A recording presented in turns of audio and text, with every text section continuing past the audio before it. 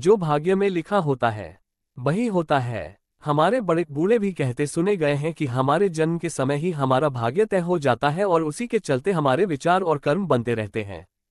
कुछ इसके विपरीत भी बोलते हैं, किंतु जब जिंदगी उन्हें उनकी असलियत से रूबरू कराती है तो वे भी भाग्य को मानने के लिए तत्पर हो जाते हैं। कई बार हम सोचते कुछ और है और होता कुछ और है। ये सब हमारे नसीब का ही तो खेल है। अब देखो न, बातों ही बातों में मैंने भाग्य, किस्मत, नसीब कितने नाम गिना दिए। नाम भले ही कई हों, अर्थ तीनों का एक ही है। पुरानी कहावत है, भाग्य के लिखे को कोई नहीं मिटा सकता। इससे राजा को रंक और रंक को राजा बनाने में देर नहीं लगती।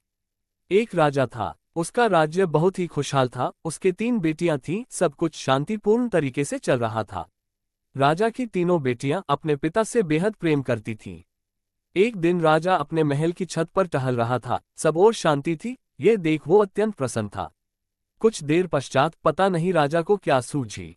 राजा जब दरबार में गया तो बोला, सभी लोग मेरा दिया मेरे भाग्य का खाते हैं। सभी दरबारियों ने हाँ में हाँ मिलाते हुए कहा, जी महाराज, हम सभी आपका दिया और आपके भाग्य का खाते हैं। राजा उनकी बात सुनकर अत्यंत प्रसन्न हुआ। तभी दरबार में उसकी बेटियां भी आ गईं। राजा ने सोचा, लगे हाथ बेटियों से भी इस बात पर समर्थन की मुहर लगवा लेते हैं और अपनी बेटियों से बोला, मेरी प्यारी बच्चियों, क्या तुम लोग भी मेरा दिया खाती हो, मेरे भाग्य का खाती हो? दोनों बड़ी बेटियां बोली, जी पिताजी महाराज, हम आपका दिया और आपके भाग्य का खाती हैं। किंतु तीसरी बेटी मोहिनी चुप रही। महाराज ने देखा तो बोले, बेटा मोहिनी, क्या तुम मेरी बात से सहमत नहीं हो? मोहिनी बोली, जी नहीं महाराज, ऐसी कोई बात नहीं। वैसे तो मैं आपके राज्य में रहती हूँ और आप हमारे पालनहार हैं, किंतु रही बात भाग्य की तो वो मैं अपने नसीब का खाती हूँ। भरे दरबार में किसी ने भी राजा की बात का विरोध नहीं किया और उसकी अपनी ही बेटी उसके विरुद्ध बोल रही है। इसमें राजा को अपना अपमान लगा। उसने अपने क्रोध पर नियंत्रण करते हुए कहा, बेटी मोहिनी, कहीं तुम भूलवश गलत तो नहीं बोल गई? जी नहीं पिताजी महाराज, मैं अपने भाग्य का दिया ही खाती हूँ। उसने पुनः अपनी बात दोहरा दी। सभी दरबारी शांत थे। इस बार राजा को क्रोध आ गया और बोला, देखते हैं तुम कैसे अपने भाग्य का खाती हो। ये भाग्य ही तो अपना खेल खेल रहा था। कुछ दिनों पश्चात राजा ने अपनी दोनों बेटियों का विवाह किसी बड़े राज्य के राजकुमारों के संग कर दिया और तीसरी बेटी मोहिनी का विवाह एक कव्वे से कर दिया जो उनके महल की मुंडेर पर आ बैठ गया था।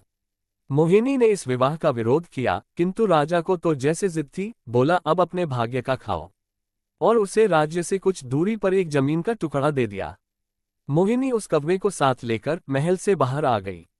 उस जमीन पर जाकर देखा तो वो बंजर जमीन थी। कहाँ वो महलों में रहने वाली नाजुक सी राजकुमारी और कहाँ आज वो बंजर जमीन पर अपने पति कव्वे के साथ थी। भाग्य का खेल वो समझ नहीं पाए और घबराकर रोने लगी। उसने कव्वे को उड़ाना चाहा, किंतु वो उड़ा नहीं, उसी के संग रहा। कहने लगी, ये देखो भाग्य का खेल। एक राजकुमारी कव्वे पति के साथ इस बंजर जमीन पर आ गई। फिर उसने सोचा, इस तरह रोने से काम नहीं चलेगा। उसने साहस से काम लिया। पहले तो वो नदी किनारे गई, स्नान किया, पानी पिया और उस कव्वे को एक टीले पर बिठाकर समीप के बगीचे से कुछ फल तोड़कर लाए और अपने पति को भी दिए। तभी तेज हवा चलने लगी। उसने सोचा, इस तरह तो नहीं रहा जा सकता, एक झोपड़ी ही बनानी पड़ेगी। और वो कुछ डंडे, घास इत्यादि एकत्र कर गड्ढा खोदने लगी ताकि उन डंडों को ठीक से टिका सके। अभी गड्ढा एक हाथ ही खोदा था, तभी किसी चीज से वो पत्थर टकराया। अब तो मोहिनी की उत्कंठा जगी और उसने और गहरा गड्ढा खोदा। खोदते खोदते उसे शाम हो गई। उसमें से एक बड़ा कलश निकला जो स्वर्ण शर्फियों से भरा पड़ा था।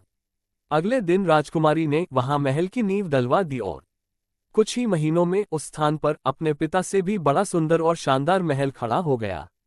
इस बीच वो कव्वा हमेशा उसके संग रहा। अब तो राजकुमारी को अपने उस कव्वे पति से प्रेम भी हो गया और दोनों संग संग रहते।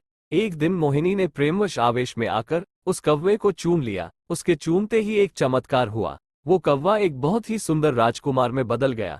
तब उसने बताया, मुझे अपने सुंदर होने पर अहंकार था। एक दिन मैंने उसी अहंकार में जादूगरनी का अपमान किया। तब उस जादूगरनी के श्राप से वो कव्वा बन गया था और तुमने इस बदसूरत कव्वे को प्रेम करके उसका श्राप तोड़ दिया। ये सभी बातें मोहिनी के पिता के पास भी पहुंची और वो ये सब देखने स्वयं अपनी बेटी के महल में आया और उसका ठाठ बाट देखकर अचंभित रह गया और वो राजकुमार से भी मिला। अब उसे लगा कि माध्यम कोई भी हो सकता है, किंतु खाते सब अपने नसीब का है। अब राजा ने उस राजकुमार से अपनी बेटी का पुनः विवाह करके उसके राज्य के लिए खुशी खुशी विदा कर दिया।